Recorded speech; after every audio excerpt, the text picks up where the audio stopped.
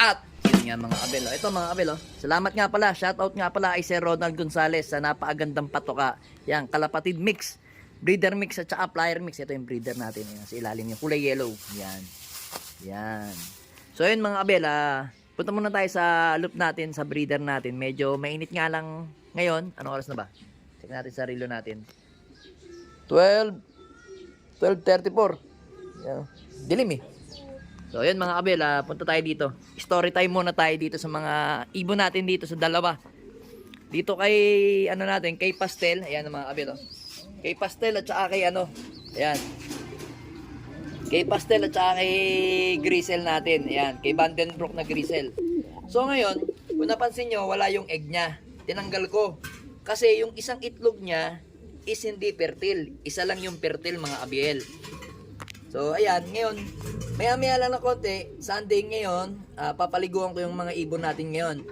Papaliguan ko yan para lalong makondisyon, para itong lingkon to, magkastahan sila, tapos, yun nga, makapag-egg na uli sila para sa preparation natin sa summer breeding talaga mga kabil. Kasi talaga, yun nga talaga, sa first na egg ng mga ibon ko talaga, hindi ako swerte.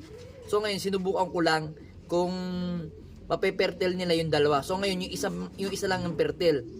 Ngayon, nagtatanong kayo kung nasaan yung isang egg niyan, is ito, mamaya papakita ko sa inyo kung saan ko inilipat muna. So ngayon, yan, nakita nyo naman, nakakondisyon si Pastel, oh. Yan, kita nyo naman, kondisyon na kondisyon, lalo na to si ano, si Vandenbroek Grisel, ayan, oh. So ngayon, ito mga abel, oh. Bago natin yan, ayan, oh, baka makawala sila eh. So ito mga abel, oh. So ito mga abel, ito yung itim natin, ari ko, sakit. Tumama yung gilid ko. Dito nga konti, yan, adjust ko dyan, yan. So ito yung ating itim, na si Black Eagle, ayan, oh. So ngayon, yun, yung ating lahi ni Mr. David, yan, anak ni Mr. David yan, eh. Parang nalabo mga abel, sandali lang mga abel, nalabo. Yan mga abel, nalabo kanina, yun, oh. Op. Oy, ba't nalabo ka? Ba't ano? Yan, luminaw. Yan. So, yan mga abel. Ito si anak ni Mr. David. Na anak, kapatid ni 641 na naging contender natin sa PPCP. Yan. Yung pumarte nga ng ano. Magkano ba naparte niya doon? Tapos naparte niya na 80,000 sa Patibayan. So, kung mapapansin nyo, may egg pa rin yan. Yan, dalawa. So, yung itlog na yan is itlog ni, ano, ni Vandenbroek. At saka ni Pastel. So kasi yung dalawang itlog nito mga abel ni itim, Black Eagle is hindi pala fertile.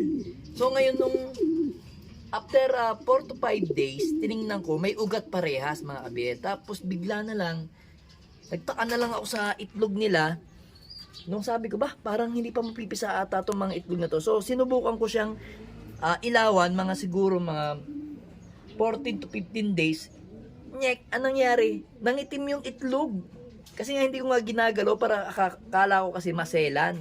Yung pala, hindi siya nagtuloy na mapisa. Ngayon, pinakain ko na lang sa aso. Ngayon, yung itlog na yan, bale dyan, yung isang itlog dyan is hindi fertile. Anak yan ni, itlog yan ni Pastel at saka ni Grisel Vandenbroek. So ngayon, pinapisa ko lang dyan o kaya ipapatuloy ko lang para lang masubukan natin kung pipisain niya. Kasi abel, medyo malayo nga yung pagitan ng itlog ni Black Eagle at saka ni Black Grisel.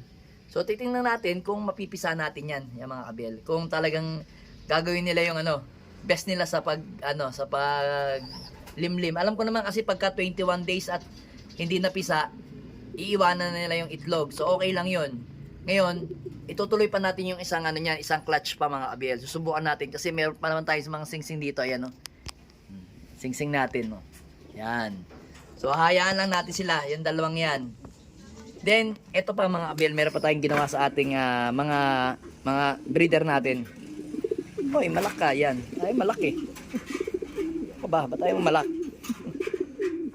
So ito mga abel, mapapansin nyo, ayan si Crack 52 525. Nandyan siya, 'di ba? Ang asawa niyan is si Miss Peter. So wala na diyan si Miss Peter at saka yung young bird niya. Pinalay ko na. So ito, kinukondisyon ko na lang tong ibon na to para iparis yan kay pastel na hen. Yung blue bar na white flight, ito. Yan, nakikita nyo dito, yan. Tinatawag niya na nga mga kabel, oh. Nagtatawagan na sila. So, hindi pa naman ako magsasalang. Kasi, ang plano ko nga kasi magsalang is parte ng mga July. Mga July bago magkatapusan, o July 15, mga ganon. 15 to katapusan tayo magbe-breed ng summer natin. So, meron na kasi tayong sing-sing dyan ng summer ring ng PRC, 10. So, ngayon, iniisip ko pa kung kukuha pa ako ng sing-sing sa PPCP, PUF, at saka BBC. Tigta 3 mga kabel. Ayan. Tingnan natin kung anong kakayanin natin ng budget mga kabel. So gusto ko kasi laruan lahat para kahit paano kung saan ang swerte, mas mainam, di ba? Di ba? So ngayon itong ibon natin na yan, ito ang asawa niyan mga kabel. Papakita ko sa inyo, no. Mga nakaplano na yan, mga abel, naka-set up na yan, mga yan. Ito, yan. Yan yung asawa niya, si Pastel. Alam ko, asawang-asawa na to. Ayan, oh. Yan yung Pastel natin. Ayan, oh. Asawang-asawa na yan. Ganda niyan, solid yan. Tamang-tama yan. Sa ibon natin na si Crack 52. Then, dito naman, kung hinahanap niyo yung young bird ni Miss Peter, sandali, mga abel, lock lang natin. Ito, mga abel, yan. Kung hinahanap nyo naman, ito yung kung pares barako to, magtito. Ito kasi direktang anak ni Peter B. Ito naman, direktang anak ni Miss Peter. So, si Miss Peter at saka si Peter B is mag-ama. Yan, kaya magtito yung dalawang yan. Yan. So, ngayon, nag-usap kami ng asawa ko, balik kahapon, kasi meron sa amin pumunta kahapon, naglalaro din sa BBC. So naging busy siya sa sa trabaho niya. So ngayon, ang ginawa daw niya, nag-OLR na lang siya sa BBC ata siya nagpasok. Tapos kinausap ako kung nakapagpasok daw ako sa BBC. Sabi ko hindi pa kasi nakapagpasok ako sa Kalapatids OLR. Sa Halahalak ako.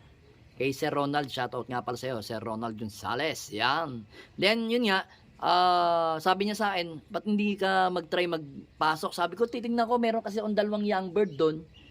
Tingnan ko kung aabot kasi alam ko hanggang July 4 daw yung pasahan ng club ng OLR sa Just Arayat. Bale hanggang July 4 yung huling submit ng mga young bird. So sana umabot pa tong 2 to mga kabel. Tingnan natin. So kompleto naman to ng vaccine. Basta medyo malakas sila kumain, pwede natin i-entry yung 2 yan. Anak ni ni Peter B. Tapos anak ni Miss Peter. Oh, yan. Silang 2 yan. Magkadugo lang yan. Pero parehas na nakapasok sa Crack 52 na Victor Lim. Then dito naman mga kabel, meron tayo ditong ito si 1996 line, ayan. Ang magiging kapares ni 1996 line is ito, mga kabel, yan. Itong ating si Mr. David, ayan. Yan, si Mr. David. Yan ang magiging asawa niyan. Yan. Then, ito namang si Anson Ong. Ang Anson Ong natin na yan, ayan, oh. Diba, pinakita ko sa inyo yan. Sa Anson Ong na yan, is ipaparis natin dito. Dito sa ating kay Miss Elmo. Yan, yung Elmo natin na yan. Yan si Elmo. Yan. Miss Elmo. Yan. Yan. Anak ng first overall champion. Kabilaan. Kumbaga yung sire and dam niya, first overall champion. Yan. Diyan natin ipapasok. Then, eto si Miss Peter. Yan o. Eto si Miss Peter naman. Ang plano ko naman dito is ipapasok natin siya sa tatay niya. Bali, inbreed natin siya kasi first overall to eh. So, ipapasok nga natin to dito sa tatay niya. Yan. Itong producer natin ng tatay niya si Peter B. Ayan. So, ngayon, kasi ito itong Miss Peter na to, producer na to. Yung anak niya is super set winner. Tapos naka-rank sa mga club ng BBC. Then ngayon nakalaban sa sa PPCP sa Gataran. Last 2 laps mga kabel yan, no? Kaya producer na natin tong ibon na to mga kabel yan, no? Tapos yung producer din natin ng tatay niya, kaya subukan natin mag-inbreed.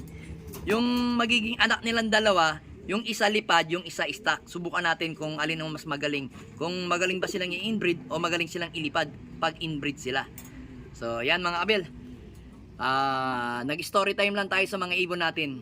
Sana swertehin tayo sa summer breeding natin. Kasi mas exciting kasi ang mag-breed. Tapos sabay lipad ng mga ibon natin na ina-breed, di ba mga kabel? Alright. Aray mo!